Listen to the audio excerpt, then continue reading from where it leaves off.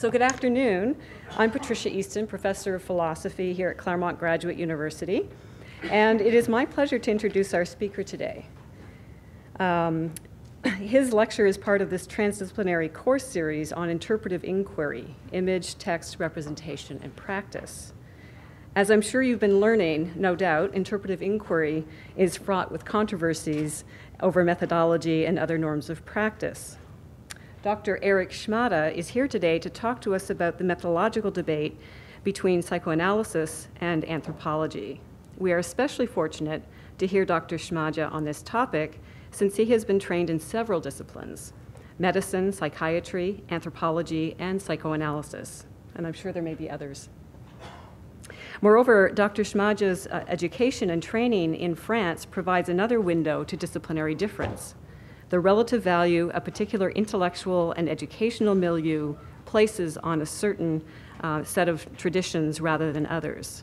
In this case, how widely accepted are Freud's ideas and his practices in the disciplines of anthropology or psychology? In France, in America? I hope you will take advantage of the opportunity to learn about these and many other questions that I'm sure Dr. Smadja can shed some light on. Now, a little bit more about Dr. Smadja. He's a member of the Paris Psychoanalytic Society and specializes in family and couples counseling in private practice. He is currently editing his book, Le Couple et son Histoire, which there is actually, here is a copy of it if you want to have a look over break. And also his book, Laughter, has just been translated into English. Well, the French title is Le Rire, if you're interested in that one as well. He has published several studies on the relationship between psychoanalysis and social anthropology, most notably the basis for his lecture today, the Oedipus complex, crystallizer of the debate between psychoanalysis and anthropology. He also has a full-length book on the topic in French, if you read French. He also received a distinction for this work. It is the Prize for Exceptional Contribution to Psychoanalytic Research from the International Psychoanalytic Association in 2007. So it is my pleasure, and please join me in welcoming Dr. Eric Smadja. This paper is already published in the International Journal of Psychoanalysis. Maybe you have already read, or if you haven't already read, never mind. I won't get angry. Well, you know, in order to be not so boring, I would like to speak and to read sometimes my paper, but to speak and to give you some very important ideas, but a few ideas, in order to understand this history, this conflictual history between psychoanalysis and anthropology. And what is very interesting at first is to imagine that in the history of sciences, there are different kinds of conflicts, but this kind of conflict between psychoanalysis and anthropology is really exemplary of the relationships and the communication of concepts and notions and methods between different sciences. So, first, I would like to present the historical and epistemological conditions of this debate between psychoanalysis and anthropology. First, you have to say that the two founders of anthropology were Taylor, the Briton Taylor, and the American Morgan, at the end of the 19th century. In fact, Taylor wrote a book, very famous, Primitive Civilization, in I think 1870s, and Morgan at the same time in America. Another book, And this book of Morgan, by Morgan, dealt with parenté, kinship. And it was very important for the methodology. These two founders of anthropology were the best representatives, representatives of the school, the first school of anthropology, which was the evolutionism, and it was the first school of thought, and this school was characterized by a postulate of the unity of the human mind and of the unique trajectory of the history of the mankind. And this trajectory of the mankind was characterized by successive stages, and every society has or had the same trajectory. But the primitive society were the representative, the alive representative of certain stages. But the aim of this trajectory was to be like the Western societies. So we are at the end of the 19th century in this context, in anthropology. But at the end of the 19th century, the psychoanalysis was created by Freud. And Freud created psychoanalysis. It means that it's a science, the science of the unconscious. And psychoanalysis was three things at the very beginning.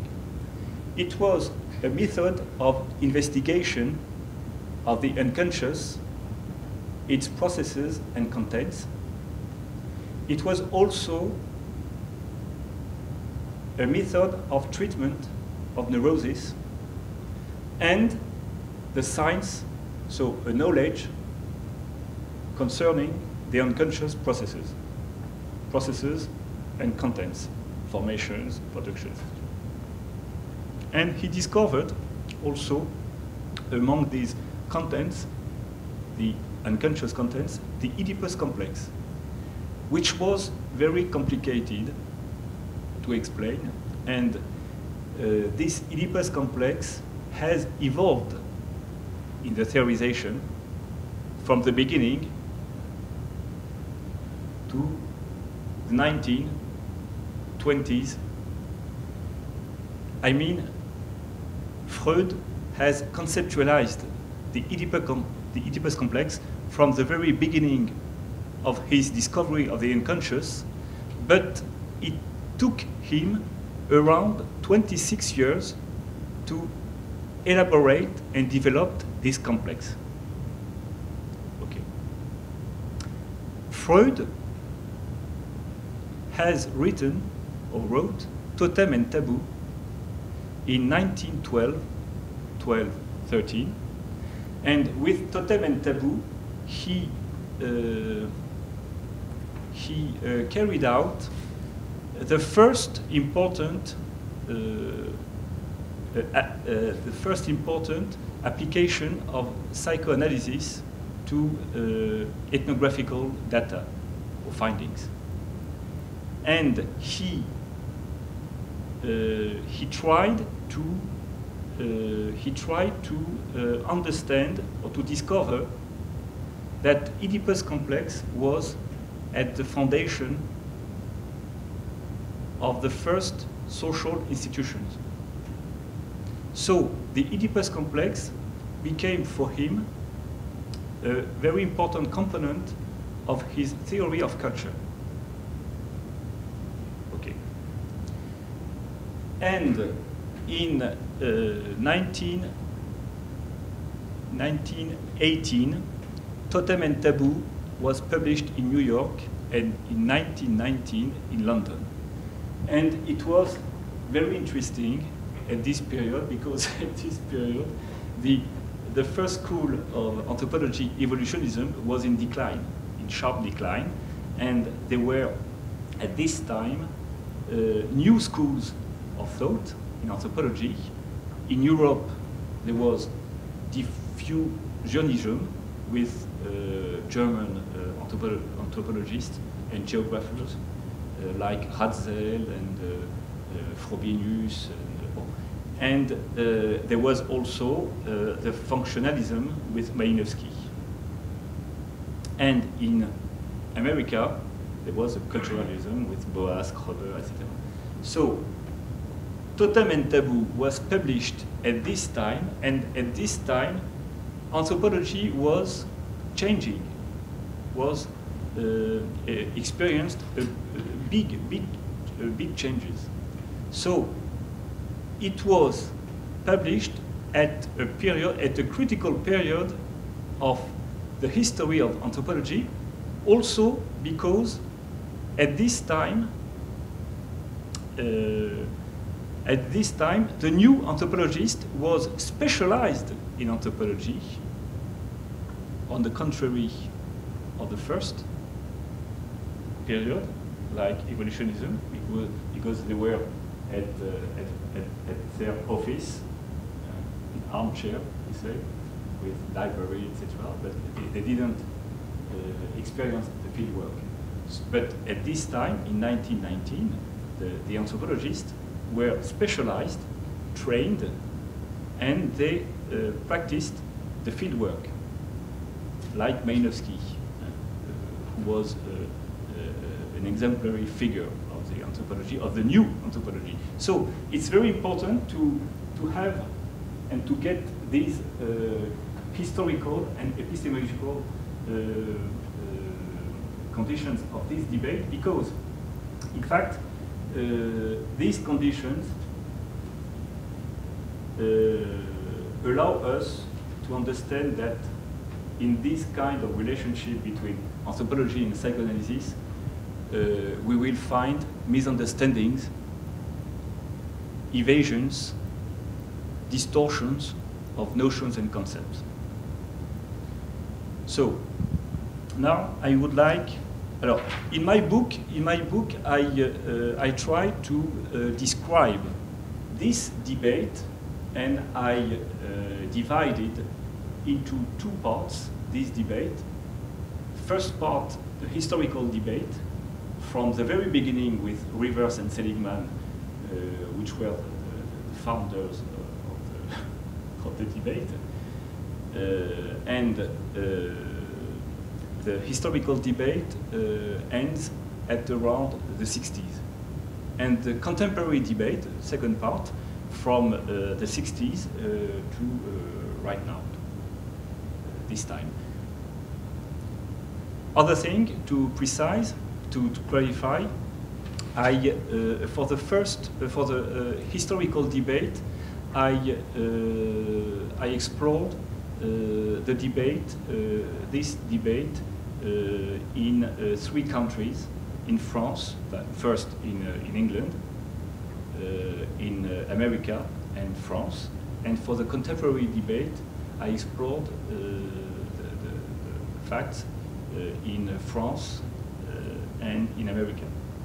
Because in Great Britain, it wasn't really interested, the anthropologists were not interested in psychoanalysis, in fact, like Richard, Brown, the others. They were really, how to say, méfiant, really reticent. Resistant to psychoanalysis. So I dealt only with France and America. And in America, especially Melford Spiro and Galana Tobey-Sekere, which is a colleague of mine. So,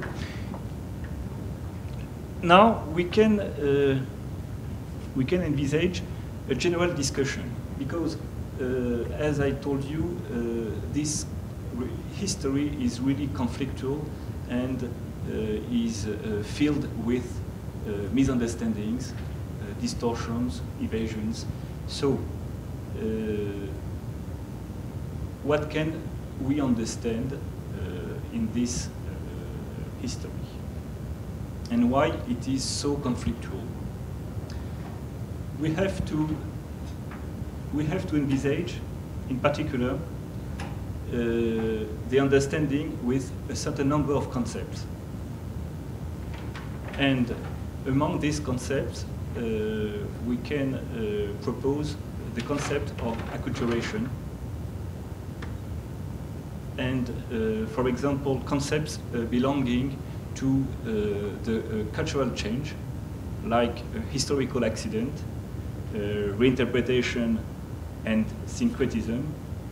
But we can also add some concepts, some psychoanalytic concepts like trauma, collective trauma, identity. It's not so psychoanalytic concept, but and we have to add also two analogies.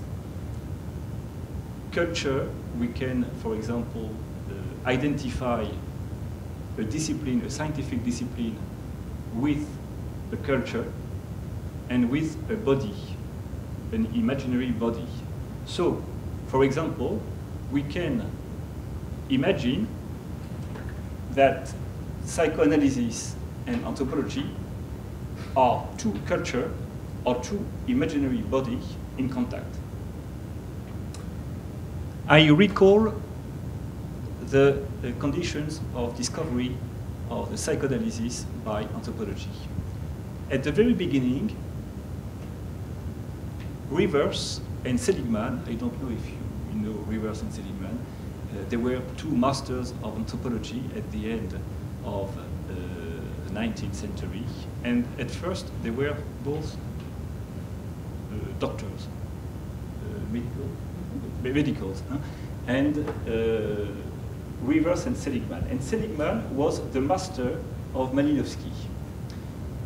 Both discovered the writings by Freud, his studies in hysteria, 1895, and the interpretation of dreams, 1900. And they discovered these writings when they were so during the First World War at hospital, because they had to treat war neurosis. War neurosis. So they were very interested in this new conceptualization, and they were interested in the concept and the notion of the concept of unconscious, the method of investigation in the interpretation of dreams, and for example the difference between the latent and manifest contents. But at the very beginning, they were ambivalent, very ambivalent, because they rejected right now the infantile, the notion of infantile sexuality, for example, and all other notions. So, but the other problem is that could they understand very well the psychoanalytic theory? Maybe not, in fact. So, Malinowski, so Seligman was interested, like Rivers, in psychoanalysis, and as he was the master of Malinowski, he wondered whether the Oedipus complex was universal, and he asked Malinowski, his student, to examine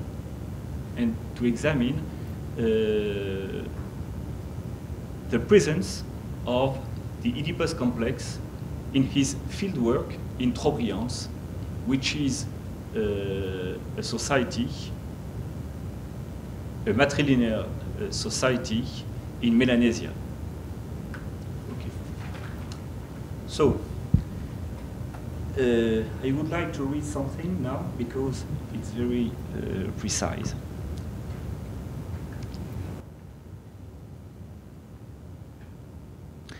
This surprising discovery of Freud's writings by Rivers and Seligman corresponds in the anthropology of cultural change to an historical accident which had effects on the evolution of this science culture and on its relations with psychoanalysis.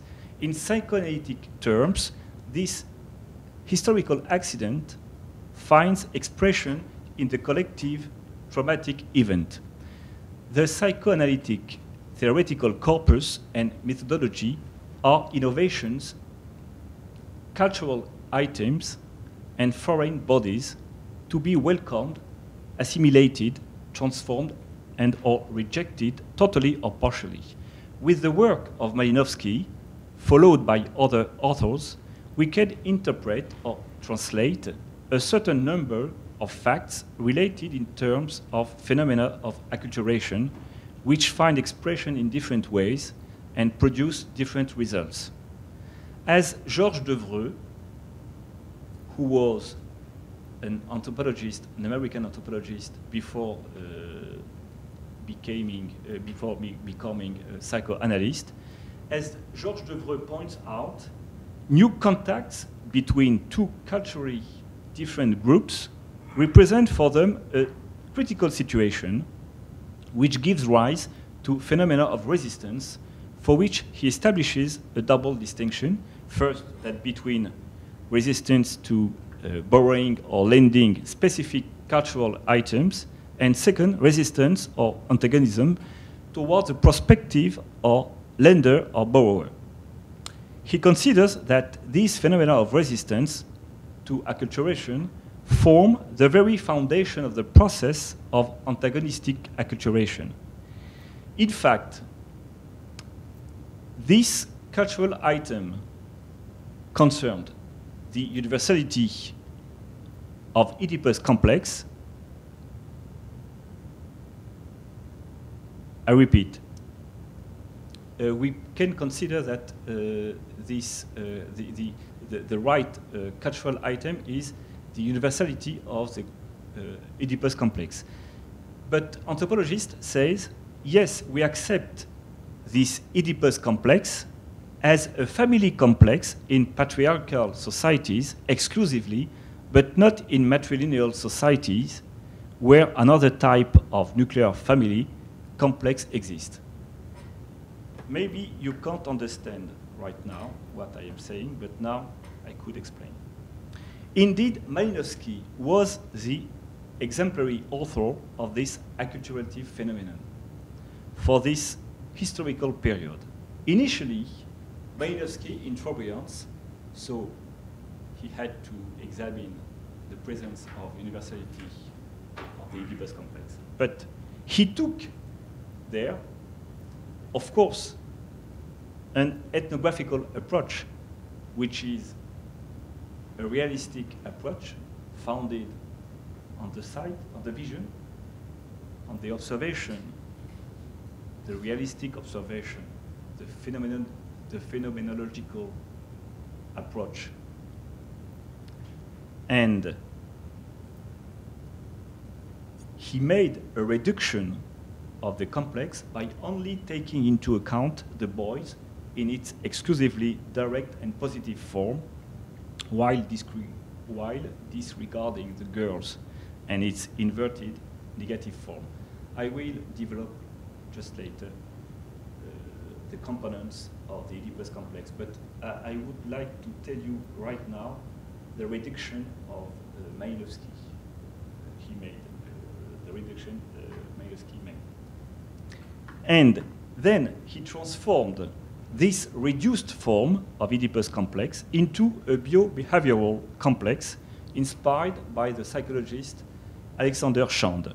Thus, this bio-behavioral complex was subject to the influence of social factors. So he biologized this central psychoanalytic concept, interpreting it as being an attitude, as being an attribute of human nature, then relativized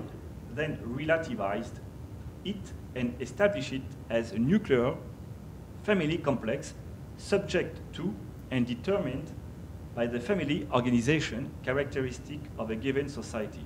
He discovered, in fact, the fundamental correlation between the nuclear complex and the type of family structure linked to a determined social organization.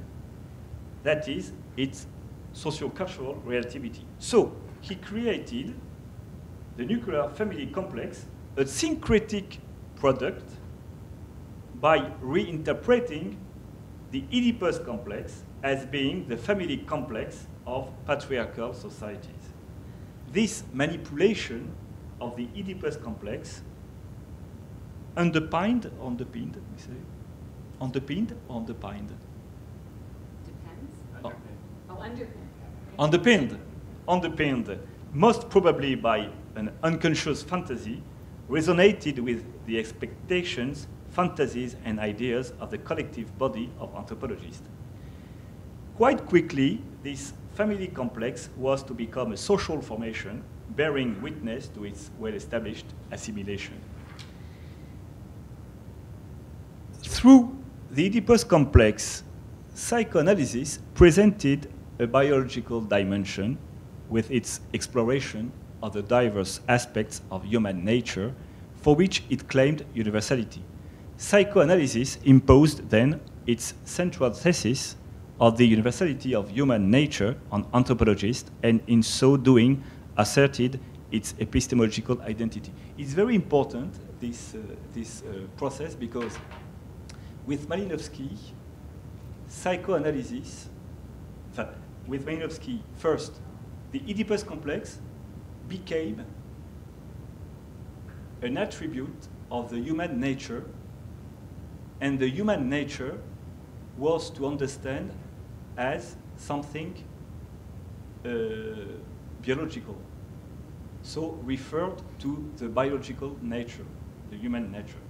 And he denied the psychic reality of the human being. So he didn't understand what was the Oedipus complex, because the Oedipus complex is a psychic reality, and he transformed it into a biological reality as an attribute of the human nature. And the followers of Malinowski continued in this way of thinking. Anthropology, for its part, with Malinowski, but also with Boas, Roder, etc., which was going through a critical period, as I told you before, built a new identity for itself, because it was important at this period, at this critical period of anthropology, to build a new identity. It imposed a new idea of societies and human culture that of cultural diversity, singularity, and relativity, which became not simply a dogma, but also the new and lasting mark of identity of this discipline. Is very important, this assertion. And the innovating institution of controlled fieldwork, of direct observation by trained and specialized research workers, would henceforth underpin the new sovereign ideology of cultural relativism. It was this situation in Great Britain and the United States, but it was different in France, because in France, they combined both attitudes. The first one, they maintained and they defended the postulate of the universality of the human mind, from Auguste Comte through Durkheim, Mauss, Lévi-Strauss. But they rejected the theory of the evolutionism, and they defended also the diversity and singularity of cultures and their history. So they combined both. It was more nuanced, we say. Alors, now we can, I propose to outline some representations in order to have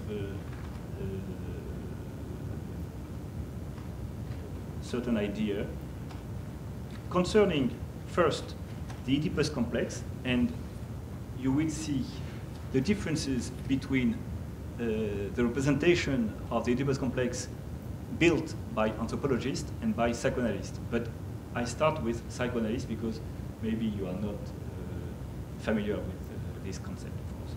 For psychoanalysts, as I have already mentioned, the Oedipus complex was initially discovered in the boy, first in its positive and then in its negative form. Positive, for example, the boy is attracted by his mother, and he has incestuous desires, but unconscious incestuous desires, and at the same time, he's jealous, and he has envy, jealous, and hostility against his father. It's a caricature, but it's the positive form. The negative form is the negative form, inverted form. That means the boy has tenderness and has unconscious incestuous desires for his father, and he feels jealousy and hostility against his mother.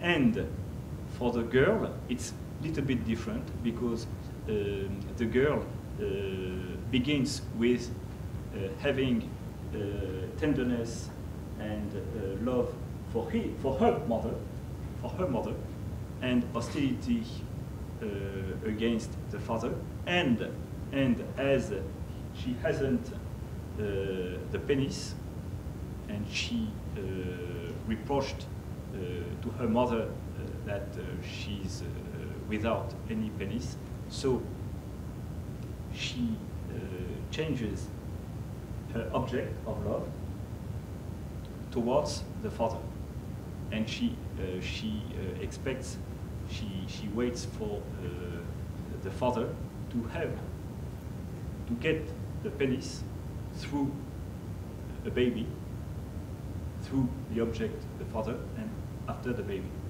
So, but well, it's a summary. Yeah? It's a little bit complicated, but but the Oedipus complex was apprehended by Freud as a primal fantasy containing the three others. It wasn't also a phase in the evolution of the child, but also a structure, a psychic structure, and an organizer, a psychic organizer of the personality, of the subjectivity. It's very important. So, consequently, the Oedipus complex is foundational to identity and human community. Unfortunately, anthropologists would often only take account of the boy's Oedipus complex in its positive form, only in its positive form, concerning themselves with the incestuous aspect of desire, while failing to take account of the parricidal wish. But I clarify, it's unconscious, it's an unconscious wish, of course.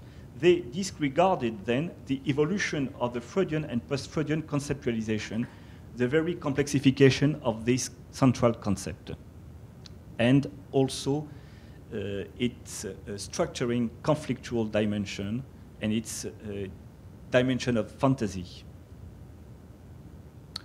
Concerning the representations of psychoanalysis built by anthropologists, it may be that anthropology has rediscovered in psychoanalysis three fundamental aspects of its evolutionist childhood. Purely speculative thinkers at home in their studies and armchairs, without field experience, the postulate of the universality of the human mind and of your uniform human history after the fashion of ontogenesis, and an ethnocentric prejudice transformed into an ethnocentrist scientific norm.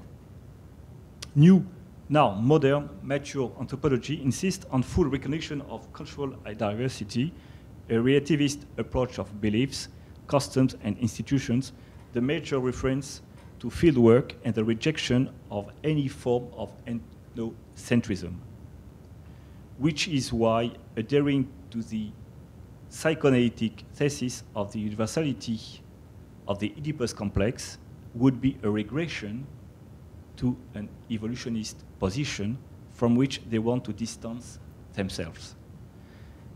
But by reproaching psychoanalysts for their speculative thinking and the absence of practical ethnological experience, they disregard the very source of their inquiry, which is clinical work, the specific terrain of psychoanalysts. Concerning the representation of anthropologists elaborated by psychoanalysts, they would be identified with patients expressing resistance concerning the truth revealed by psychoanalysts, such as the universality of the Oedipus complex, and through it, the entire unconscious, instinctual, and phantasmatic depth of psychic life. Moreover, psychoanalysts point up their regular disregard for the very existence of this complex unconscious psychic reality with psychoanalytic theory strives to make accessible and intelligible, as well as their lack of real interest leading to misunderstandings, evasions, and serious distortions of notions and concepts. Now, we can think about the epistemological and methodological differences or convergences in anthropology, between anthropology and psychoanalysis, because we have to go further in order to understand why, how we can understand this historical conflictual, conflictual history. First, we can examine some areas of divergence. Of course, the object of anthropology is to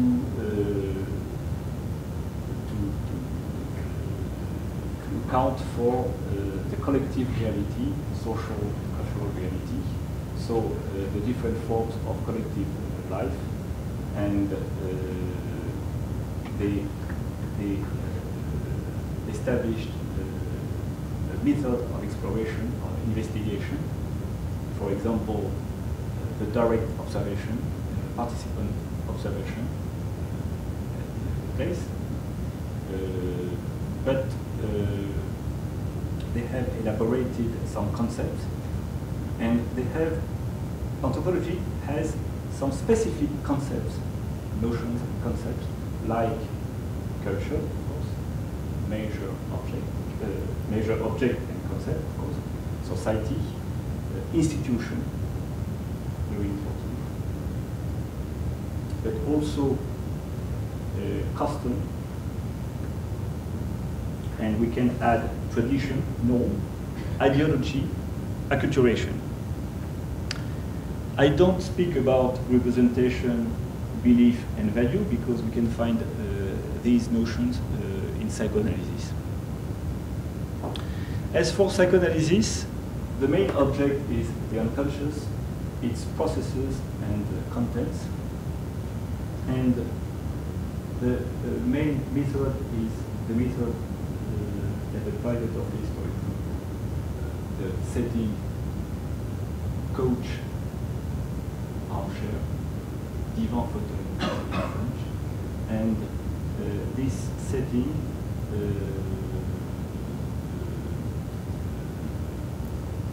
allows to the analyst to discover the psychic reality of the patient with the association libre, c'est in French, free association of the patient, and floating attention of the analyst.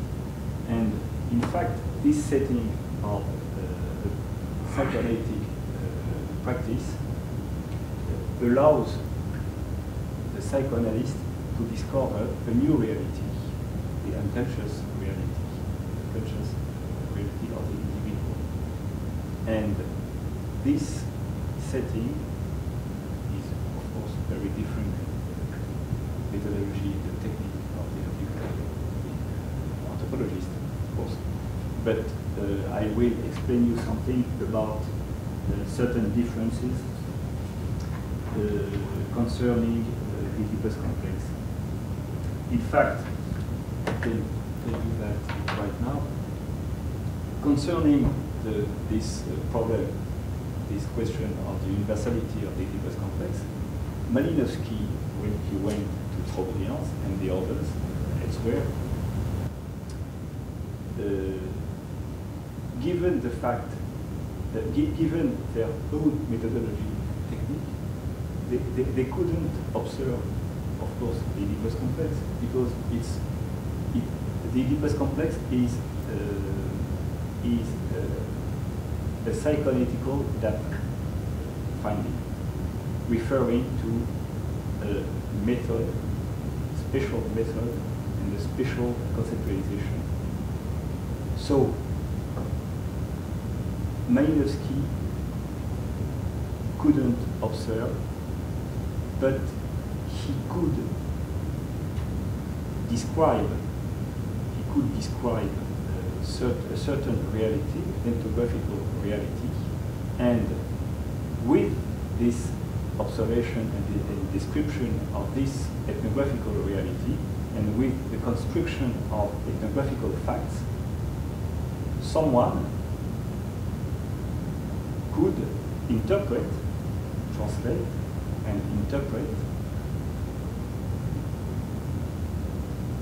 the presence of aspects of the Oedipus complex. But not directly, of course, because the mode of observation couldn't allow. So, we have a part of the answer concerning the problem of the universality of the Oedipus complex. Concerning some areas of convergence between these two human sciences, of course, the common object is the human being, but they share two other objects. First one is the unconscious, because the unconscious, in fact, has two poles, individual and collective. Is interior and exterior. But they share also culture, because culture is close to unconscious, because you can find culture as exterior, collective in the field, in the collective field, but intrapsychic too, because culture is introjected into every individual. So they share through the human being two objects, the unconscious and culture.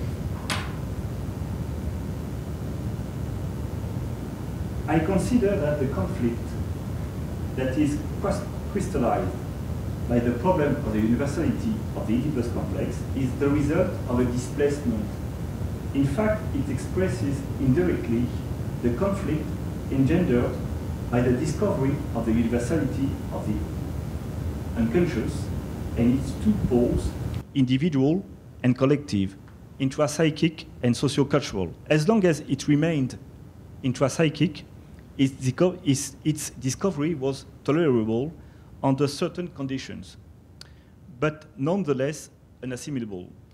However, on account of its extraterritorial intrusion, totem and taboo triggered the reactional hostility of anthropologists inherent to this very intrusion into their own field, but this hostility taking on new meaning retroactively, après coup, we say in French, also expressed and above all showed the violence of the rejection of this discovery of the unconscious that has been little understood right up to the present day.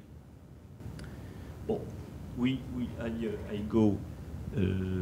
I skip the concept because they share the nature of the concept, because they have both a metaphorical nature of concept, of course, and but I would like to summarize something, because in fact, this debate, and I would like to conclude because time flies. In fact, these two disciplines share through the human being, as I told you, two objects, but they didn't know before. The unconscious and the culture, which both are individual, intrapsychic, corporal, and collective, historical, and sociocultural. And in fact, given these misunderstandings of their mutual concepts, notion, methods, and also their history, they didn't recognize that. And I think that this debate shows us that the issues and the problems at stake are more of an identity-related and ideological order than scientific. And I would like to tell you something about the notion of ideological order, because you know, in any science, in every science, you can find two aspects, two components. We say the mythopoietic pole aspect and the ideological aspect. Or we can find also institutional aspects, practical. But these two aspects, mythopoietic, it's a neologism, but it refers to the creativity of the science, the creativity in producing concepts, notions, methods, history, etc. The ideological pole aspect is very interesting because it refers to the need for every discipline to maintain, to preserve, and to defend a scientific position. And when this aspect of ideology is predominant, it means that this discipline feels a risk, a danger. And that's why anthropology defended its ideology, defended its own ideology and its identity, because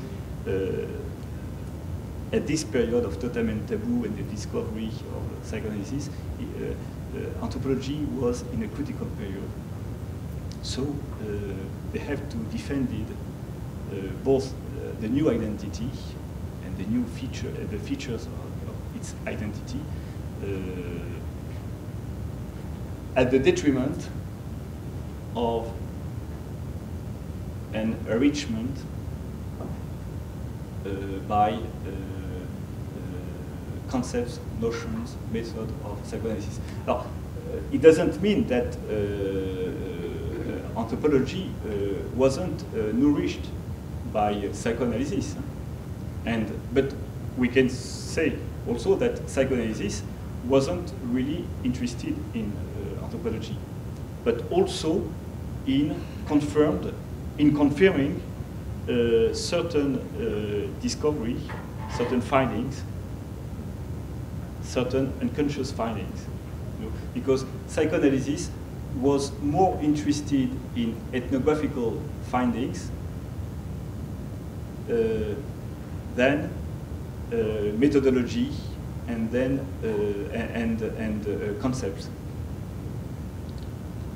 Psychoanalysis didn't care of the conceptualization of anthropology.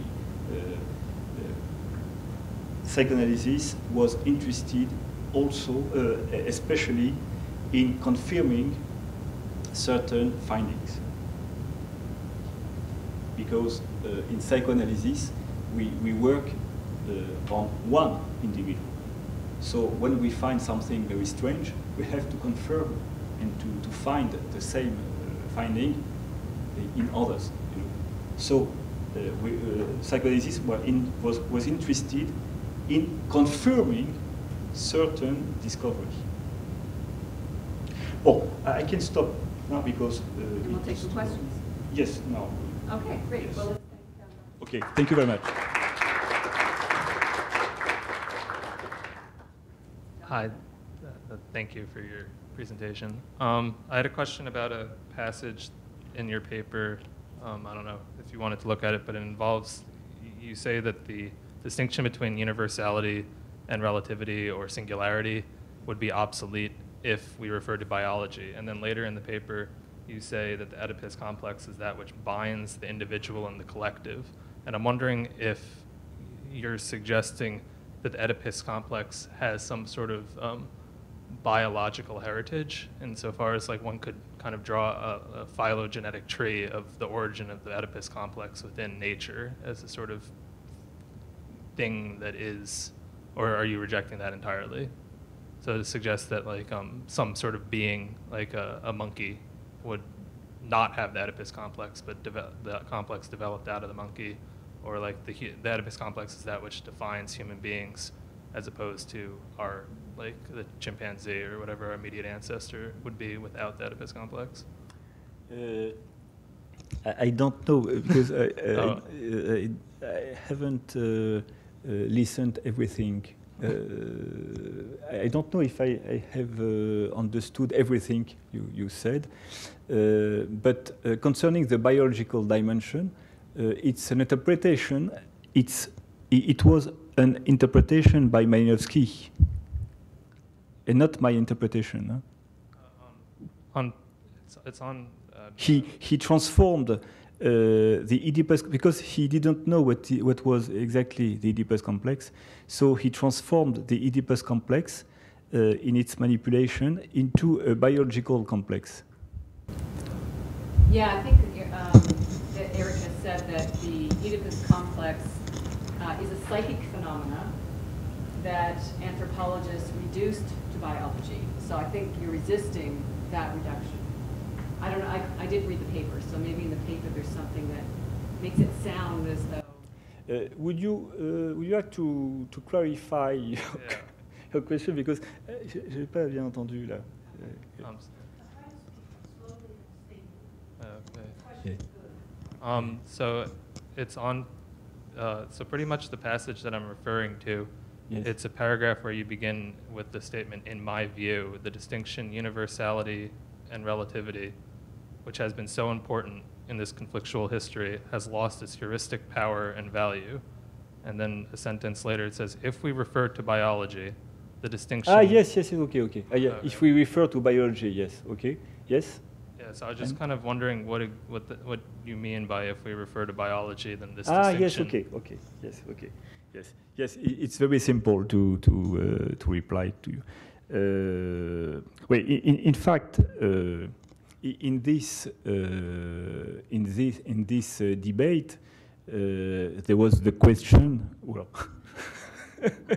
there was the question between universality, defended by the first school of anthropology, the evolutionism, because evolutionism defended the postulate of the universality of the human mind, and the functionalism defended by Malinowski asserted and promoted the singularity and the diversity of cultures. But when he promoted the diversity and the singularity of cultures and the relativism of cultures, he forgot the unity of the humanity, of the mankind, and what is unique, what is universal, because it was, in fact, it was it was against the evolutionism. It's not a scientific idea and debate, it's an ideological idea. What is at stake, it's something of an ideological order and not of a scientific order. Because, in fact, of course, you can find universality and diversity in everything, in human being, of course. And as I wrote in my paper, you can find it in biology. You can find singularity, diversity, and universality, of course, in everything. So, but it was, in fact, it was something of an ideological order, because at this time, anthropology was building its own identity, a new identity. And this new identity was founded on the diversity, on the relativism, in fact. Is it clear? Yes? Yeah, thank you. Yes? Yeah.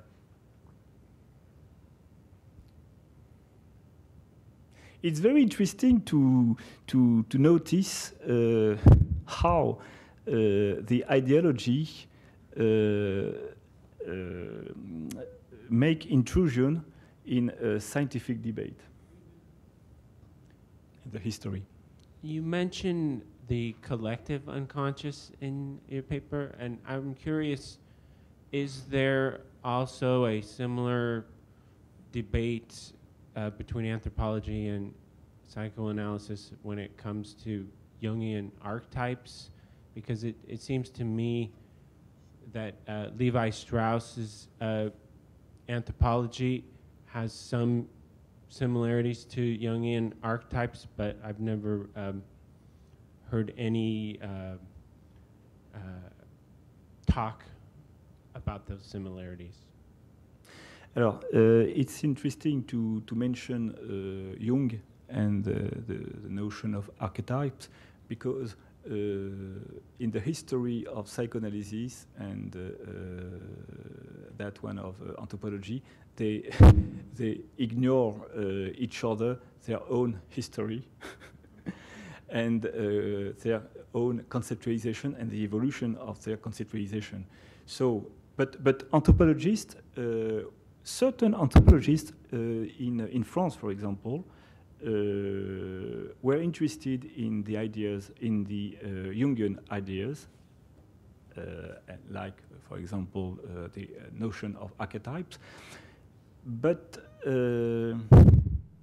maybe they didn't understand this notion, because this notion of archetypes in Jung has evolved also, and has evolved to become to become and to acquire a biological dimension.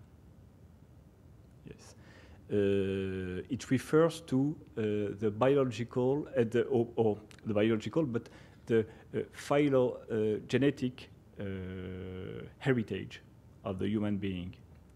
It is close to the notion of primal fantasy elaborated by Freud. Something inherited, and it refers to the phylogenetic heritage. You know, it's an approach. In fact, it refers to an aspect of the culture, of any culture, because every culture has an heritage, un patrimoine. I don't know, it's patrimoine.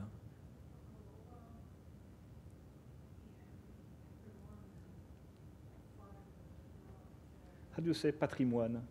Patrimonial? Patronymy. I mean, we have the word in English, but... Yes. Well, I think heritage. Heritage? Yes. No, because every culture builds its own heritage to transmit, but to make a link between generations, and archetypes or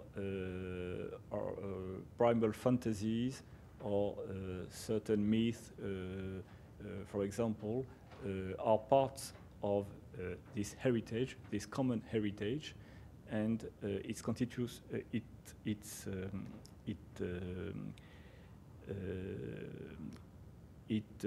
creates a link between the different generations, and also it creates an identity, a collective identity, you know. Thank you.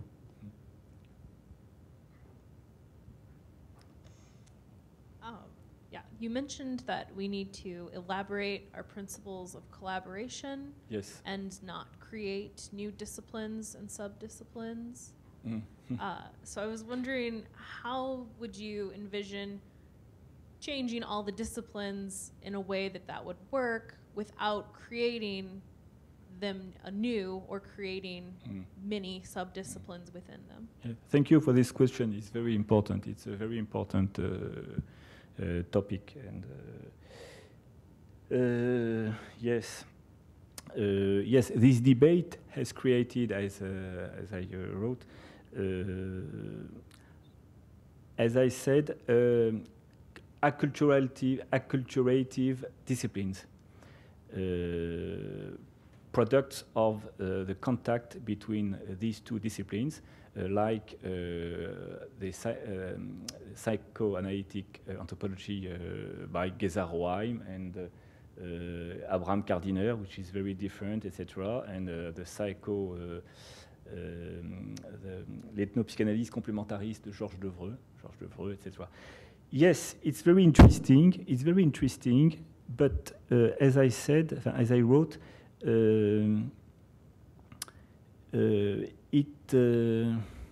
it participates. This creation of subdisciplines or acculturative disciplines participate to the fragmentation of the knowledge. And you know, Émile Durkheim mentioned this danger of fragmentation of the knowledge, which is really risky for conceiving the unity of the knowledge. In fact, of course, if you want to, it depends on your aim. If you want to analyze really precisely certain phenomenon, you can, you have to fragmentate, to split knowledge and create a new discipline. Of course, maybe. Okay. But if you analyze really precisely a phenomenon, you can't. The risk is to forget the link between this phenomenon to the other phenomenon and to the other realities. You know, so the main problem, the main risk, the main danger is to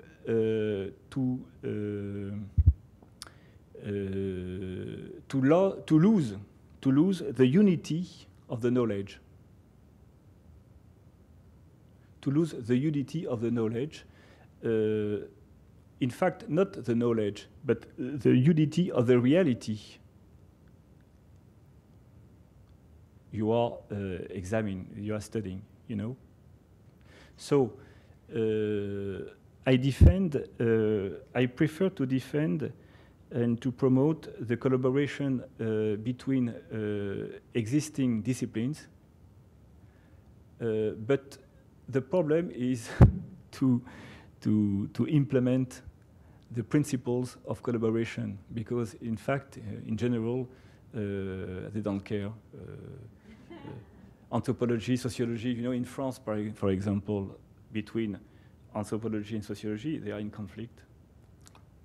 I don't speak about psychoanalysis and anthropology, or psychoanalysis and sociology, and history and sociology. You know, it's you know, the collaboration is really difficult. Why? it's not a problem of a scientific. I think it's not a problem of. It's not a scientific problem. I think it's a problem of identity and ideology. So we have to work on this kind of problem. But this kind of problem refers to to the psychology of this discipline.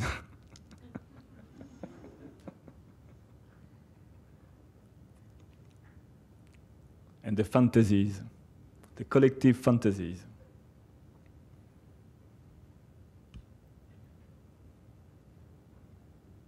Hi, I'm not a member of this class. Hi. I'm not a member of this class, so forgive me, I'm not familiar with the reading, etc. I'm following up to an email that said come. So given that often fields are in conflict and they do have their own special identity issues and wanting to maintain that identity, how do you suggest we draw that bridge, that very necessary bridge between significantly related topics such as psychoanalysis and us? Alors, in my book, I suggest some principles of collaboration. The first one is to be interested in the other discipline.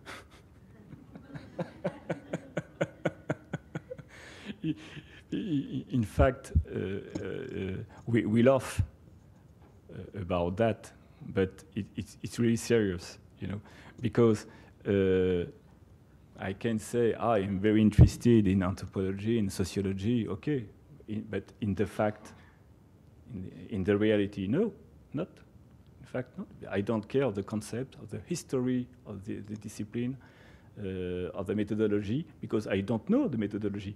So the principle, among the principles of collaboration, first, you have to be really interested in the discipline of your colleagues, and you have to try to know, to learn some concepts, notions, the vocabulary, the language, to learn the language of the other discipline, and to know better, or to know, tout court d'ailleurs, to know the history of the discipline. In fact, it seems a little bit utopic, this kind of collaboration, but we have to begin.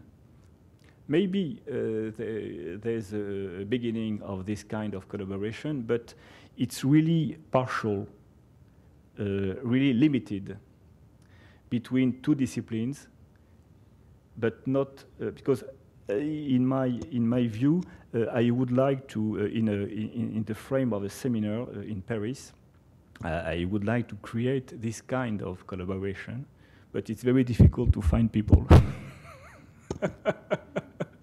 Because my project is to gather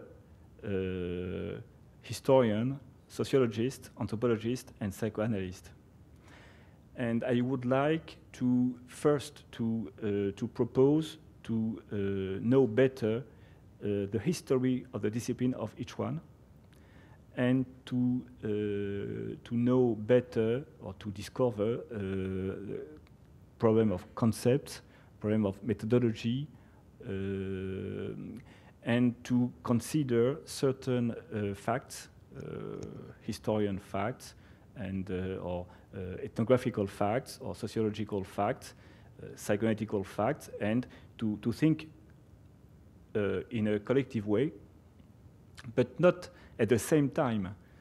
We have to set a new method of collaboration, an interdisciplinary method, in order to envisage in a different ways some social fact, some socio-cultural fact, and to think about the role of the psychoanalysis, for example. And in psychoanalysis, I would like to promote the participation of the group analyst, group psychoanalysts, because they thought about some problems very important and very useful in order to understand social facts or historian facts. And the psychoanalysts specialized in the group are very, very important. But even in the psychoanalytic societies, they are a little bit outside because they, how do you say, because they have new ideas and they disturb the current ideology predominant in the societies, you know. To follow up on her question, I'll just yell loud. So you have these principles, but do you have a problem in common that these people would work on together, or how would you frame the collaboration?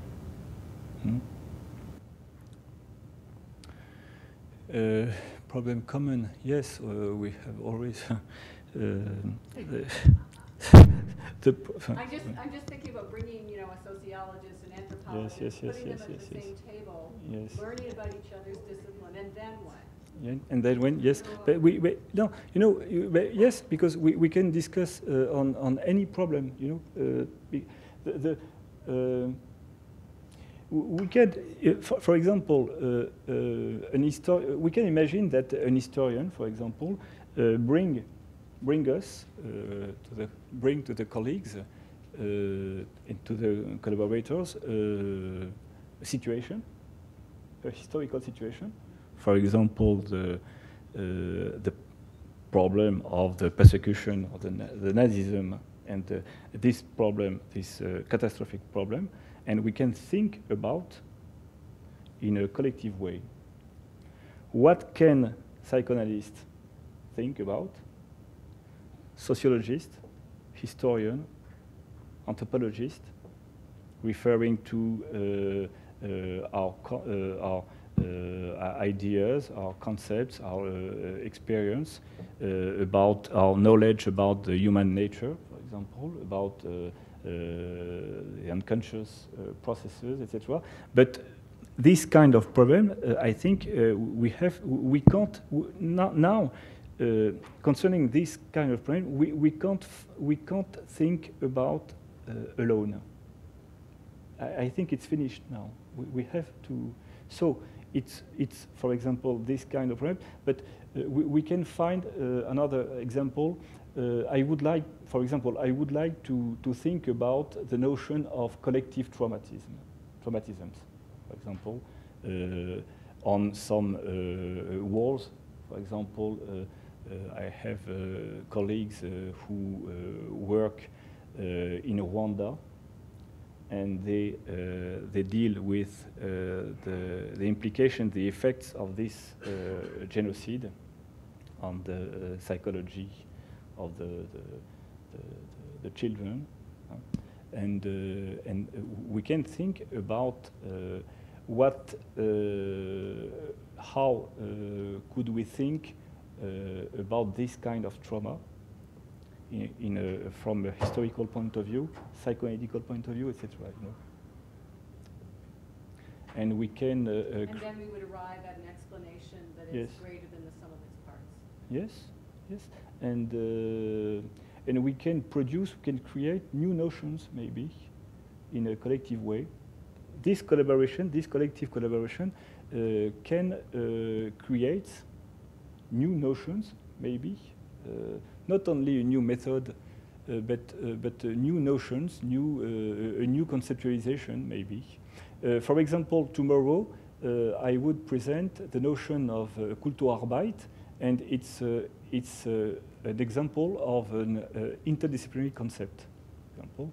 But bon, he was created and elaborated by Freud, but it's, I think, a useful concept to understand the relationship and the interrelations between the individual and collective reality.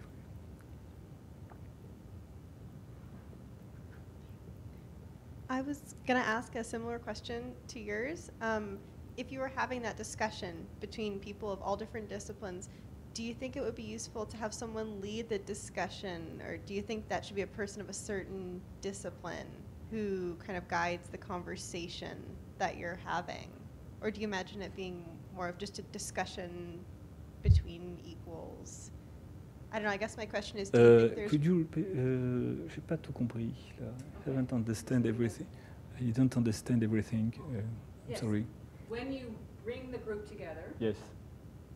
what is the process? Is there a leader of the group who Ah. leads the discussion? Is there one discipline who is higher than another? Yes. You know, the life of the groups, it's very special, you know. It's another problem, you know, because... This class, they have to do collaborative groups. In fact, when we leave soon, they have to get in their groups and collaborate. And so this is a real question. Yes, you know, you speak about another kind of problem, the problem of the life of groups, with the leader, with the conflicts inside, within the groups. You know, I wouldn't say that the psychoanalyst would be the preeminent figure,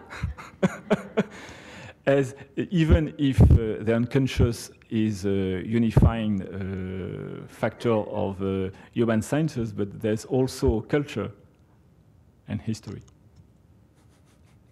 That was a good evasion.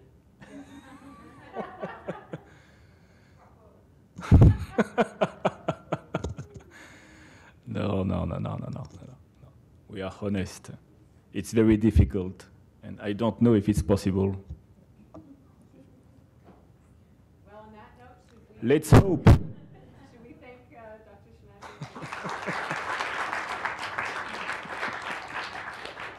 Thank you for your attention.